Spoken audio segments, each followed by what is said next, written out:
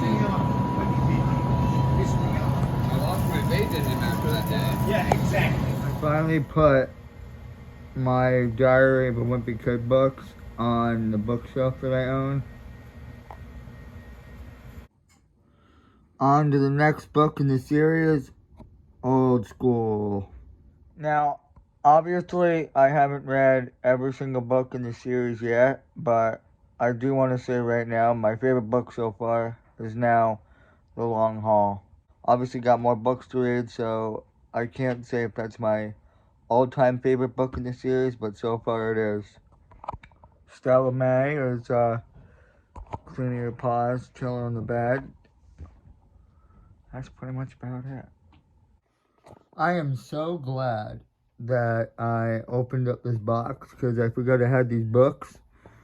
Amplified Bible, which I got from my grandfather that passed away some years ago now. He was an ordained minister, and this was the Bible he used. I'm very honored to have it.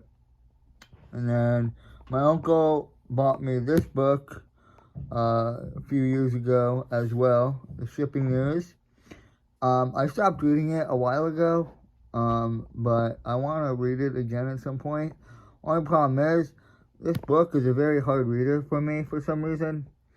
So it's kind of hard for me to stay concentrated into it, lack of a better word. But it's still a good book, nonetheless.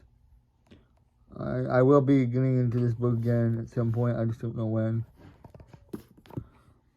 And then I made a video about this a long time ago. I bought this book a few years ago as well, off his website, Steve-O, Professional Idiot, a memoir. He's got a second book out now too, which I want to get. But I read this book from cover to cover, and this is by far one of my favorite books. And this book is super, super easy to read. If you do not like reading books, this book is an easy reader, and you'll fly through it in no time. And yeah, that's coming from me because I can't stand hard readers, and this is a very easy reader. And I'm going to pick up his second book at some point. I just don't know when.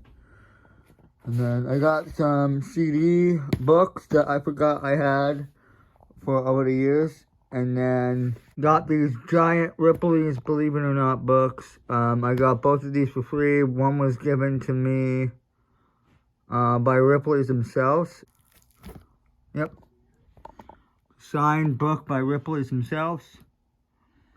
I don't know who the heck wrote this, but somebody that worked at Ripley's wrote this to me.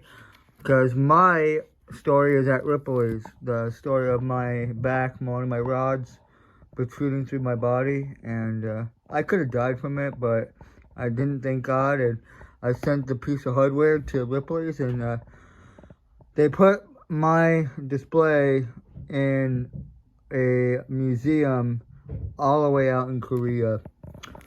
So if I want to go see my display, I gotta go to Korea, which maybe one day, not anytime soon, but maybe one day. Then last, but definitely not least, I don't know if these are all Concrete Wave magazines, but I got 3 mags here. Never really flipped through them that much at all, but I have them, and they're part of my collection, so this is my small book collection. Not bad. So I hope you guys aren't mad at me, but I got so lazy with the bookshelf. I had really no idea what to do with the books, because the way they're all different shapes and sizes and things like that. I decided to just take the box and just put it on the shelf for now. Alright, so I finished watching a 2.5 hour long video on Absolute Crime channel on YouTube of like 6 different serial killers. And then I am now watching, well, I had dinner, and now I'm watching like an hour long Life of Tom video. And I just fired up my Xbox, so now that's happening. And the weather is getting worse. It's literally snowing now, really constant flow. It's more than flurries now. And apparently it's not going to stop until like 2 a.m. And then it might kick back up again late morning. So your boy is most likely in for another day tomorrow. Cabin fever. Get it, babe! Get it, babe! Get it, babe! Get it, babe! He's a good girl. He's a good girl. He's a good girl.